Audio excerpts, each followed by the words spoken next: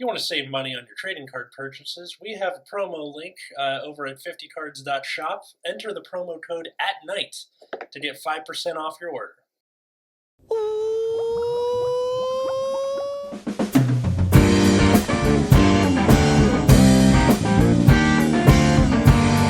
Hey everybody, welcome to Nexus Tonight, your weekly Vanguard podcast. I'm Atlas. I'm Matt. Atlas, I see you have lost a fight with your dresser. How did that go? Oh yeah, so for people listening, I have a big fucking scar down the side of my face that took 12 stitches to fix, which coincidentally caused a black eye from the stitching. I had a seizure and in my twilight state was folding clothes and lacerated the side of my face. So, will you be challenging your dresser to a rematch? Maybe. I'm not sure. I think I gotta wait for the stitching to be taken out before I go again. I don't know if it's gonna end up with like a badass like face scar or whatever. But for now, I look like absolute shit. I'm getting married in a year. This is well, you got a year to improve it. Oh my god! All right. Hey, if it turns out to be a badass scar, you can just tell someone you were fighting off a mugger. Yeah. You narrowly dodged. You tried to dodge a knife, but you just didn't move far enough. A mugger. So got grazed inside of yours. Yeah. Named Dresser. Yep. I've never gotten a black eye before. This is the dumbest way to get a black eye. Never, ever. I've been in fights before, but I've never gotten a black eye. Huh. And yeah, it's not one of my finer moments. This is why I'm recording in my bedroom with me like propped up by pillows and have the computer on the thing instead of at my desk or the other way around. And you're not to get up. Yes. Yeah. Your fiance was very emphatic about you not getting up. I'll tell. I'm a snitch. It's good to have headphones in, unless you like shout loud enough for her to hear. Yeah, she did that thing where she was like, "You better not get up," and then I don't know if you guys have ever had a mom where they like go to close the door and then they open a little bit, scare you, and then close it. All right. Well, Deer Days came out. A demo for Deer Days came out. Yes. I heard the translation was scuffed. Is that true? Yeah. I didn't take all of the screenshots for it. I was admittedly kind of tuned out of the tutorial because it's a tutorial. Right. And they're like, this is how Vanguard works. And you're like, this is for people who have played Vanguard before, but thanks. Like, yeah. I mean, it's not necessarily. There are going to be people who just like buy it because it's a game. And right. But I think for like the way people see tutorials in general is if your game is good enough, you should be able to figure out the controls intuitively. Or if it's something like this where it's like a simulator for a trading card game, for the people who have played it before, there needs to be an opt-out button. There is a skip button. Everyone just played the tutorial anyways because it's a demo. Hooray! That's good. No lose intended. Yeah, that was the one. That was my contribution to the. This was definitely translated in Southeast Asia. Wait, what did it say? It said no lose intended instead of like I don't intend to lose. Yeah, or I won't lose. All your base are belong to us. Yeah. I mean, there's like 8,000 ways that you can translate that, right? And not that one, mostly. No lose intended. That's fantastic. Yes. Machine the tutorial was Vanguard. Very interesting thing where you just played like the most random cards and ended on like Tri-Bash playing against your little brother who is using a weird Keter Sanctuary deck that had that one grade 3 that goes in the soul and gives 10k. Hey, that card's good. Blue guy, right? Refluke. Yeah, Refluke. Yeah. But using it as like your main grade 3 because it's a tutorial, so you have the most like wacky tutorial deck ever. Yeah, I would not do that. That is but weird. I think that card is good. Yeah, it's a good card. Also, like the tutorial is totally winnable if you could. This is one of the things that I was thinking the entire time I'm playing the tutorials. Like, I could have probably just attacked in a more optimal pattern and like won the game. And you didn't because the tutorial railroads you into decisions. It's a tutorial. That's the worst kind of tutorial. Yeah, where it's like, okay, so the deck plays front triggers, but you're attacking with rear guards first. You're not like dropping cards to boost a lot of the time. You're taking a lot of like unnecessary damage a lot of the time too. Mm-hmm. Yep. You know, that kind, like putting you in a position where you lose to the overtrigger. So that's fun. That's always a good time where they. Oh wait, you lose to the overtrigger in the tutorial? Yes. That's Oh my so God. sick. Wait, they make a point of being like submit to our will with the overtrigger. That is badass. Yeah, and then Oh my God. yeah, after the tutorial, it's just like you get to go buy some Vanguard decks. Only the 5 start decks were available in the tutorial, so I just used Nirvana because Nirvana. And then you play against one guy playing against Eugene, and then another guy playing Borrow Magnus. Neither of them really did anything with their decks. They like didn't actually use their card effects most of the time. So, you know, very just like beginner mode. I get the point of like with the new start decks showing you the game mechanics and like nothing else. Mm-hmm. And I guess the tutorial being the same way. But Yeah.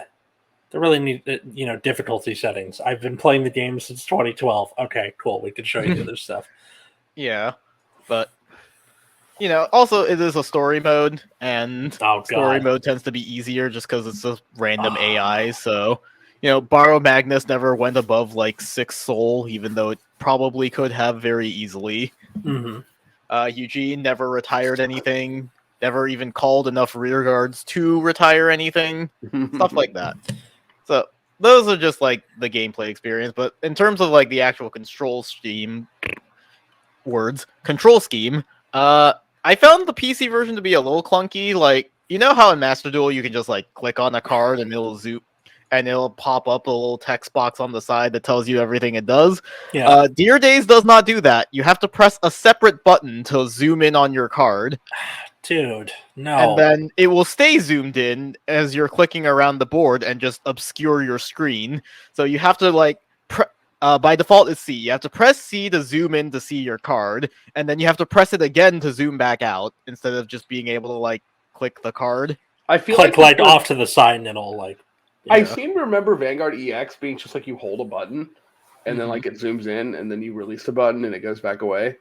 Yeah, it's like really weird to me why that they went away from that in this, but maybe I'm misremembering. Maybe, but it could also just be a quirk of the PC version. Oh, could be. Yeah, but there were a lot of things that didn't seem very intuitive to the PC version, where you had to constantly like confirm, like you couldn't double click on anything, or I would like click on a card and then try to click on the guard circle because I intended to guard, and there's like, no, you have to click on your card and then confirm your selection to guard, and then you have to do that for every card you're guarding with. Ew. And I would really like to be able to just like click and drag. It's really obvious this was not designed for PC.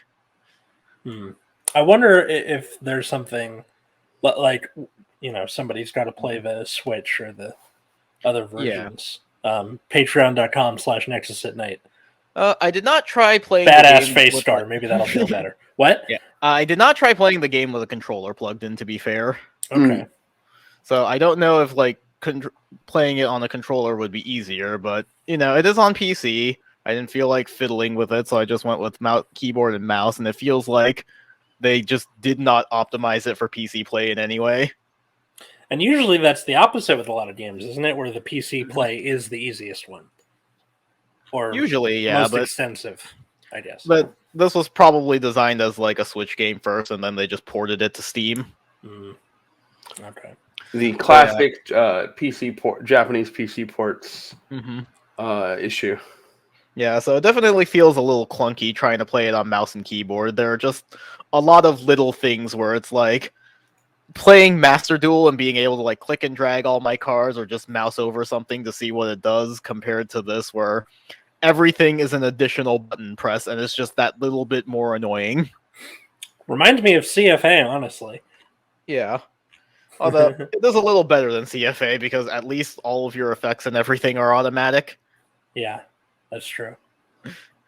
So I don't have to try and keep track of everything. The game will just prompt me to do that. Means you don't need to read anything. Yeah. One thing I like about things like, you know, Dueling Book or CFA, where they make you keep track of anything, is it is a true card game simulator where you have to play like you would in real life in that sense. That's why people like testing Yu-Gi-Oh on Dueling Book rather than using any of the other ones, is because it forces you to know rulings Mm-hmm. and resulting and like communicate how you're resolving things. Mm-hmm. So Yeah. I can understand why people would feel that way. Mm-hmm. Aside from that, we have the full list for the Chronojet Stride set now. True. Okay. It's just the same cards. Yeah. Chronojet is exactly the same. The ride line seems like it just draws you cards. So the grade 1 Mazer Gear, if you ride it from Dran, you can draw a card, and you get the Chronojet Dragon Crest. So that is how you get the Crest card, is you have to ride the grade 1. That means it's probably not as good in Premium, because then there's always the chance you just don't ride the Mazer Gear. Mm-hmm. And you have to be playing it on Dran specifically. So it does like fiddle with your deck building a little bit. I don't imagine the crest will be super applicable to Premium. We'll see if people do things with it. Mm-hmm. And then Smoke Gear, like when it's rode on by a grade 3 with Chronojet, you can Soul Blast, add a grade 3 to your hand from deck. Yeah. Pretty good. Mm-hmm. Do we want to just do like a mini review and just go through all the cards? Sure. Okay, so the other grade 3 in the set is Bailey. So that get GB2 during your turn. If any rear guards were put to the bottom of the deck, plus 10k, and when it's discarded for Stride, you can draw a card. Okay. Yeah. We have Upstream Dragon, where it's GB1. When it attacks, it gets 5k, drink. At the end of the battle, put this unit on the bottom of your deck, search your deck for a grade 1, call it to a back row rear guard circle, and shuffle. Okay, that's at least something. It's not just the 5k. I'll give him credit for that. We have Steam Fighter Argandia. So when it's placed on guard circle, you can Soul Blast 1, get shield plus 5k, and then if you have a card face up in G zone, it gets 10k instead of 5. Woo. Was there an Argandia beforehand? Is this like a retrain? That's new. That's new. Okay. Mm-hmm. We have Arlim, which is just a perfect guard, and it functions exactly like all the D perfect guards, where if it's like 2 or less in hand, you can have it for free. Yeah. Or 1 or less in hand. Steam Breath Dragon, so it's a Stride fodder, and then if act in hand, if you have Chronojet Dragon Crest, you can discard it. Search your deck for a great deck, or drop with a grade 3 with Chronojet, put it into your hand, and if you search your deck, shuffle. Sure. So sort of like an enhanced Stride fodder, where instead of searching for your top 5, you can just discard it directly to get Chronojet. That's pretty nice. And it can get it from the drop zone, which is pretty important when we talk. That's nice. That's very good. Another new card, Gear Suro of Magnetic Resonance. So during your turn, if either player of rear guard was put to the bottom of the deck, plus 5k, another drink, and then GB1, it can intercept from the back row. Okay. But it's still 5k shield, so... Or it gets intercept and can intercept from the back row, so I guess it does something. And then Steam Scara GG. When it's placed on rear guard circle, if you have the Chronojet Crest, you can Soul Blast 2, draw 1. If it was placed by a card ability, you can give it 5k. Or it gets 5k. Drink. Yeah. And then, typical trigger lineup. So you have the Dark States over trigger, 4 crits, 4 draw, 3 front, 4 heal. And then for Next Age, it is... So, Next Stage is different from its original incarnation, where you have to discard a grade 3 with Chronojet specifically. That's to be able to stride it. And then GB2, at the end of the battle, it attacked the Vanguard, Counterblast 1, discard 2, put in G-Zone face up, choose one of your Vanguards with Chronojet and stand it. So, they actually did the opposite of what I expected them to do, where Fate Rider flips something up, and we'll talk about Fate Rider after this. And Next Age does not flip anything, and it has the same effect, except now you discard 2 instead of 3. Mm-hmm. Which makes sense. Yeah. And then finally we have Fate Rider, which is on attack, Counterblast 1, flip up a card with the same, or flip any card in your G-Zone face up and put a rear guard to the bottom of your deck. Search your deck for 1 unit card with grade +1 of the card you put to the bottom of the deck. Call it to rearguard circle. Choose one of your units, and then it gets 5k for each face-up card in your G zone. So, yeah, Seems that's all that. fine. And then, of course, there's a crest where you can stride, and you can't ride a grade 3 or greater card without Chronojet in the name. The power of all grade 3 cards with Chronojet become 13,000 during your turn. If you have a grade 3 or greater with Chronojet, it gives your front row 5k for each face up in your G zone. At the beginning of your battle phase, you can choose one of your grade 3 or greater rear guard, increase or decrease its grade to 0.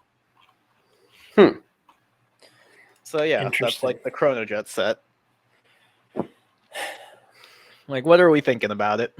Seems good. There, some good things about it, some bad. Like some are strict upgrades of, what it was before, either from Time Leap or from just early G. And then others are like kind of a downside, like what's it called? Like next stage having to discard specifically a Chronojet. Yeah, to Stride him. I mean, it grabbing like being able to like search Chronojet like all the time is pretty nice. Yeah. Like you're just adding so many grade 3s to your hand. You just got to make sure you have one laying around. Mm-hmm. I don't know. I think it's fine. It seems strong to me. Yeah. Like, I look forward to PGing next stage yet again. yeah. Right. A reminder for everybody that Chronojet has a glory skill. God, remember when those were a thing? Yeah. That was a time for sure. And then they became zeros during V, and then we've gone all the way back around in premium where like somebody will tech in one grade 1 PG just to get around the no zeros thing. Every time. And then now we've gone completely like full circle, and we're back at PGs are grade 1 again. Yeah, and glory skills are relevant in D. I can't believe it. We got back. Isn't it awesome? Right. Yeah, like I think the set is looking pretty good. Like most of the cards are, kind of generic, where a lot of them just gain 5k. Although, where the Steam Breath is not Steam Breath. Upstream is pretty cool, where you can call something to the back row. And not rested, which is good. Yeah. So that's pretty neat. Obviously, you have Fate Rider to make a 4th attack. I am a little concerned about the crest with the power scaling, so it still kind of works out in a way where because next age doesn't flip anything, you're still going to end up with you're going to have like 5k during your first stride, and then 15 or 10k before next stage goes back, and then it goes up to 15 once it does. It's like not unreasonable, I don't think. And then the game probably isn't lasting too much longer after that, although it certainly can. Do you think this has a chance, like, for competitive viability? Like, is this going to launch it to... Maybe, because the big thing that Chronojet has over a lot of other decks is versatility. That's always been the appeal of striding, is being able to just have a different boss unit for whatever situation you're in. Mm-hmm. There's only 2 so far, though, right? Yeah, there are only 2, but that still gives you like pretty good options where you can call out another guy for an extra attack and make one of your units like really, really big, or you can go for a restander if you think that's going to get your opponent instead. And then you have like the guard restrict on Chronojet. Do you think this has a chance against Youthberg being,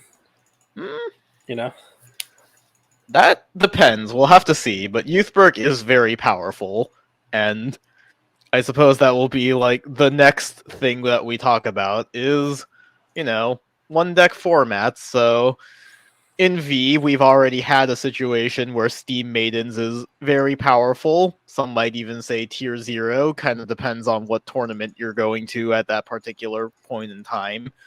And coming up in set 7, it's been shown that Youthberg is overwhelmingly better than a lot of the other decks. A lot of singles results right now have shown that Youthberg just tops all of them. And then for teams, practically every team has a Youthberg on it. Yeah. Like 6 of 8, 5 of 8, I think were the 2 that I saw. Mm-hmm. And then, pretty much. It's, It's got that like paladin veneer to it too, where it Yeah. looks like Shadow Paladin and plays like Oh, Shadow yeah. Paladin kind of. But obviously, like the big thing is that it's just effective, right? Tempest does a lot of stuff. Yeah. Strong deck. So yeah, like how do we feel whenever a meta becomes a little more narrowed? Not good. Like I just got a cut down the side of my face. It's not a fun time when a deck becomes, a deck takes over the meta. One, because you are left either defending the meta against your friends who go, it's a one deck format, or you recognize it's a one deck format and everyone's like, it's fine. It's never fun being on either side of that debate. And the sooner that you like recognize that and that Bushiroad recognizes that and does something about it, the better. That said, I know for Steam Maidens and V, we've been on both sides of this debate. Either Mexico, I think, where they were like, "Oh, the key is to play a deck that pops off turn 3," and then as we saw in Italy this last weekend, 7 of 8 were Steam Maidens. So we're matching with Yu-Gi-Oh. Yeah, so it's not fun to have a one deck format to play in and to be on either side of the argument. Yeah.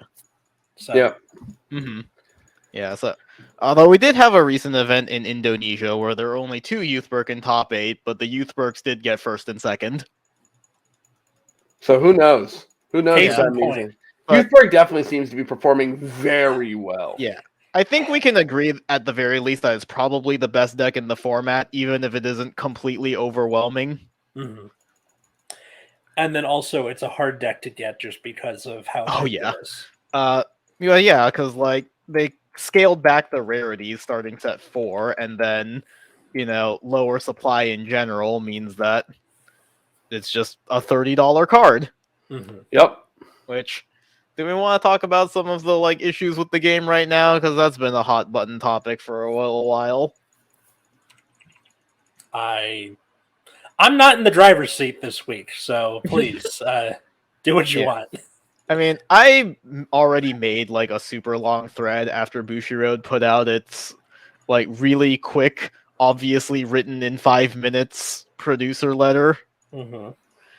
So, in that letter, they address some of the immediate problems with like things that we were talking about last week. So, the NFT thing, I did not expect anything to actually happen with that because the product was already made, right? Like they already did it. Like the cards are already there. They already put it in the set. They were probably not going to walk back on it. And even if they did, they can't just delete these slips from the packs anymore. Right. The second thing was like card quality. They had finally addressed that and clarified what the trade-in program would be like. So you're going to be able to go to like official Bushiroad events in 2023 to be able to trade in any like misprinted cards. And there are a lot of them. So like your taco shells, as you called them?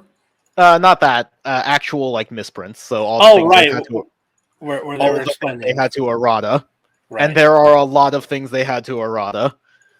So I do have lingering questions about that. I am just going to like rattle off what I wrote on Twitter. So like the big thing is what availability is going to be like for these reissues, right? Because they don't really have a good way of gauging who is going to like show up and try to get these like reissued cards. And so it would really suck if you show up and they just like don't have enough copies of the card that you want. There are a lot of things that are having to be reprinted now.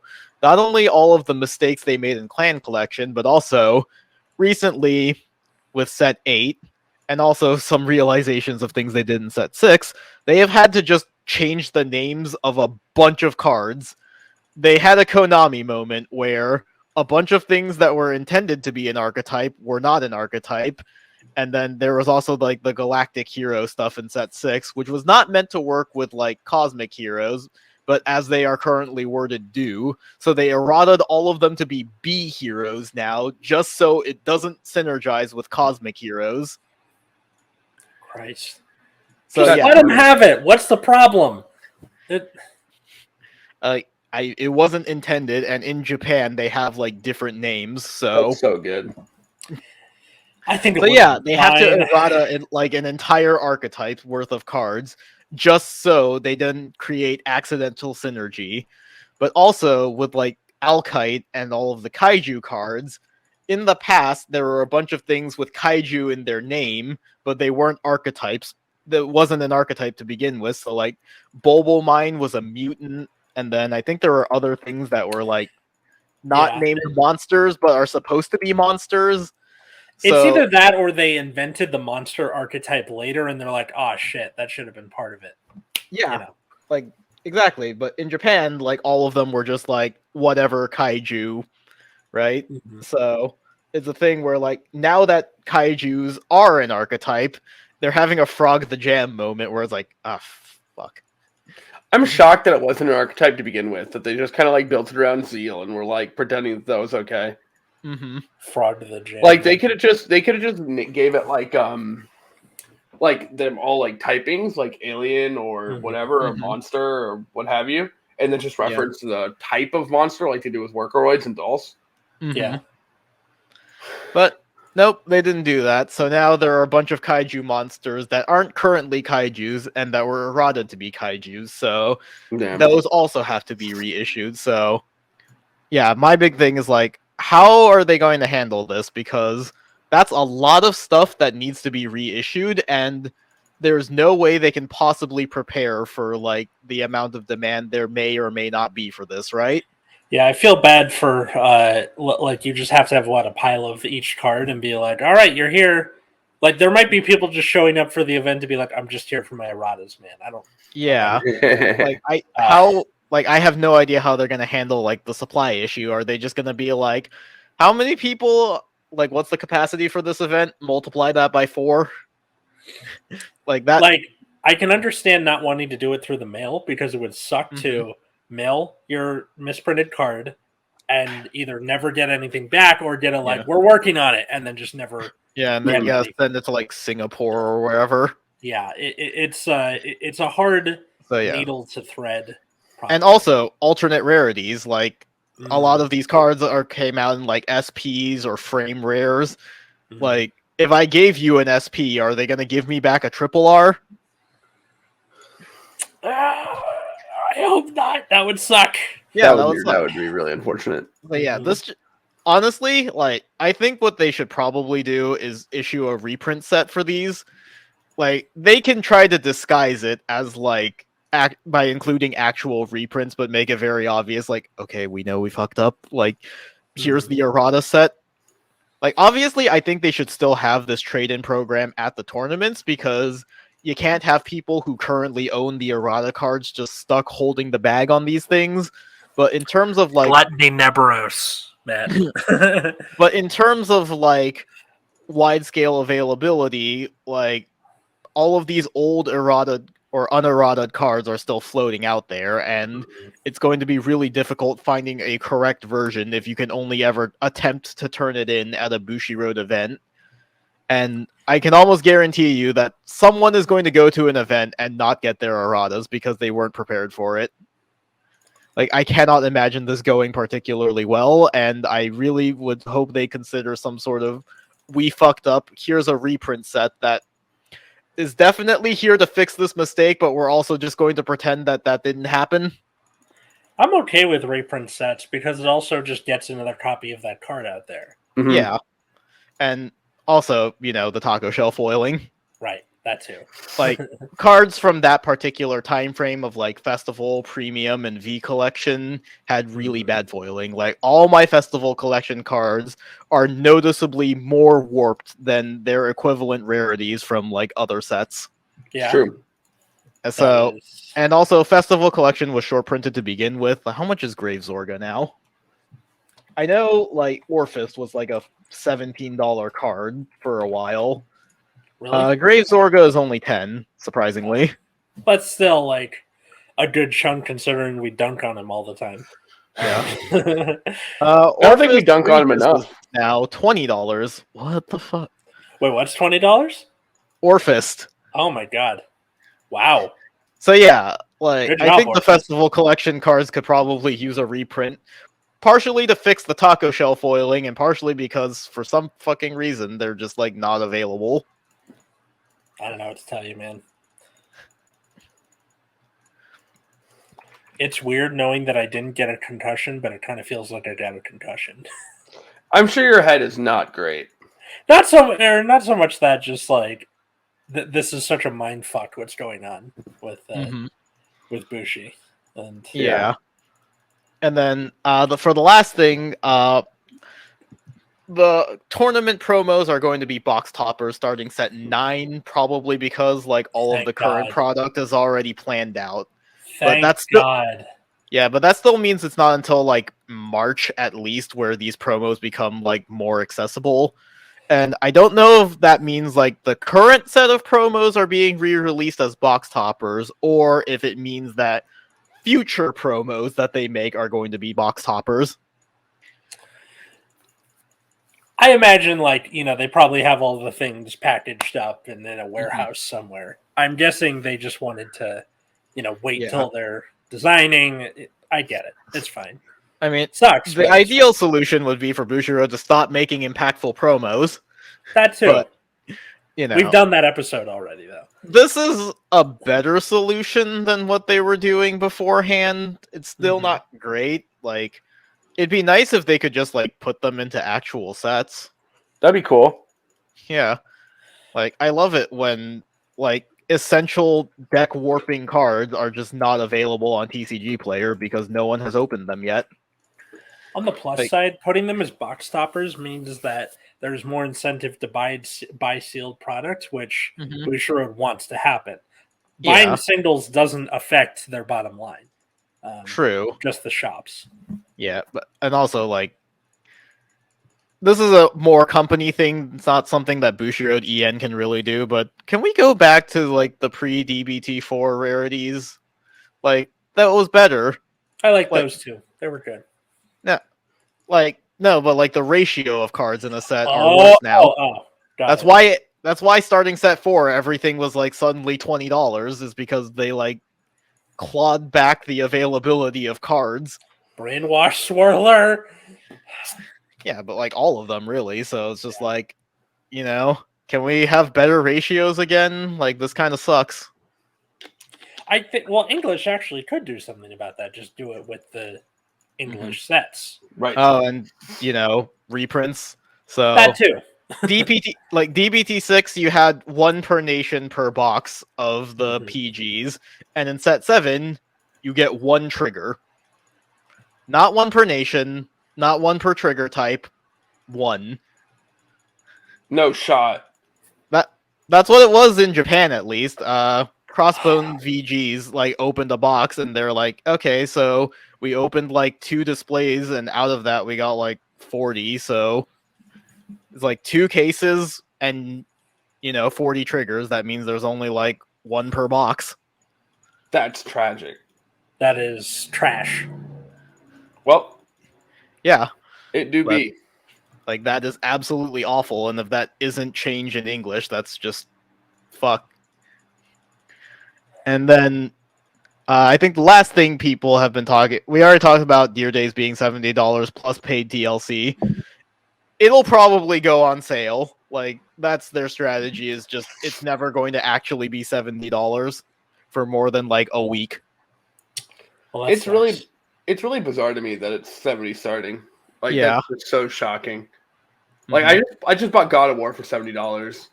And something tells me a lot more effort went into one game than the other. Yeah. And then the last thing a lot of people have been talking about is sunsetting V as a format. Yeah, that's been like, that comes and goes, but it seems very prevalent as of late. Yeah. Like, how do you guys feel about that? I don't particularly mind it. I don't think they're doing anything terribly interesting with V. And if we could replace those V sets with, I don't know, premium sets that aren't like really upsetting, that'd be neat. But I kind of dislike gifts, but we can't really go back before gifts at this point. Yeah. But, it is what it is. I don't really know. Like, I think it's pretty easy just to keep the format around. I just don't know if like it's like I don't know if people enjoy V more than other formats. I don't know if that's true. I think the only reason. Sorry. Oh yeah, but I was gonna say if they're not gonna like actually like adjust the format, like hitting Steam Maidens or something, then maybe they should sunset it if they don't want to touch it anymore. But yeah, I don't know. What are you gonna say? I think literally the only reason people prefer V is no over triggers. Oh yeah, that's true. That's the thing people point to first. No OTs. That's true. They're not in there. Yeah. I think there's also like not a prejudice, but just sort of preconceived notions about what Stride is. And I think for better or for worse with the imaginary gifts, it allows people going first and people not striding first to like do something. And I think that can lead to a better balance. I would love to see V become like the GOAT format of Vanguard. But people would need to enjoy playing it, right? Yeah. That's true. But you know what I mean? Where like it's something that the company of Bushiroad doesn't officially support, but you have like a community for it. Yeah. I think that's reasonable. Yeah. So in terms of official support, I feel like V has caused nothing but problems. So like at the start of the BCS season, I believe the original schedule was like standard would be standalone day 1, and then V and premium would be put into the same day, and a lot of people didn't like that. Or I believe that's what it was, but I could be wrong. But there was some sort of scheduling thing with V and premium that people really didn't like, and they were like, we don't feel like choosing between like V and premium. Or no. What it was that standard and premium were on the same day, and V was standalone, and people did not like that because they were like, we prefer standard and premium. We don't want to play V standalone. And so a bunch of events had to suddenly like shift their schedules around to be able to support standard and premium on separate days. So wide scale, it seems like the support for V isn't really there. And then, of course, the recent V collection had a ton of problems with like the foiling, the misprints, product delays. People were getting disqualified because of the bad foiling. Steam Maiden being a tier 0 format, even though it's only one of 3 formats, it's like not a great look. So it just feels like to me V is just giving the game a really bad look, and so, as an official format, and the whole thing where it only gets supported once a year, so the format doesn't move very often without Bushiroad just giving a huge ban list every time. Just seems like it's more trouble than it's worth trying to keep it up. I would love to see where they do the set rotation thing, where you have premium getting stuff, but it's not always relegated to every clan gets a Stride or every clan gets a G-Guard. Maybe if you have more sets relegated to that for like half the year, you then have like the ability to add more archetypal main deck support or something. Well, that's the thing. Like, we're now getting these Stride deck lists. They're only for like Chronojet and Messiahs, weirdly enough, but like, that's still something that can happen, right? Right. So I don't know. I would. It would suck not being able to play Gaia in V anymore because it's not really good in premium. But I think it would be better for the game overall, especially getting new people into the game. And like, there's 3 formats, and they're like, "I'm out." Yeah. Like, premium is a format that just kind of has to exist due to the nature of like the various reboots and pseudo rotations that we've had. But I think in general we probably just should get rid of V. I think we've reached this conclusion multiple times before. Yeah. Well, yeah.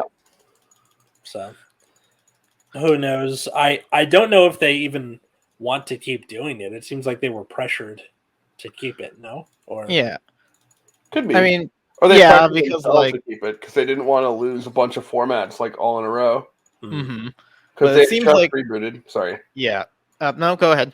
Because they just rebooted the game. Like they're rebooting it again. They're like, well, you can play all the formats, Yeah, please. I was going to say, like, initially at the start of D, it makes sense just because no, please don't leave our game. Yeah. You know. But now that we're kind of deep into standard and people actually like standard, I feel like we could maybe leave V behind now. It seems like a vestigial format where it's not an eternal format that has every card that's in the pool, but it's also not the current standard that's receiving constant support. So it's just kind of sitting in between. Yeah, I think it's easier to just go, all right, D, like that's your current format. Premium, that's every card. Ban over triggers. And then the benefit that V had over premium is no longer there. Yeah. So. Mhm. Oh, yeah, last point, ban over triggers. That's not a discussion, just do it. Oh, yeah. Do it, man. What if? Probably not going to happen in D, I don't think. But Yeah, like whatever they were doing for like V collection could just be rolled into premium, and that's the way they just continue printing like rear guards and stuff. Mhm. Like they can just call it a premium set, right? And if people Yeah. want to run V unofficially as its own format, they could do it.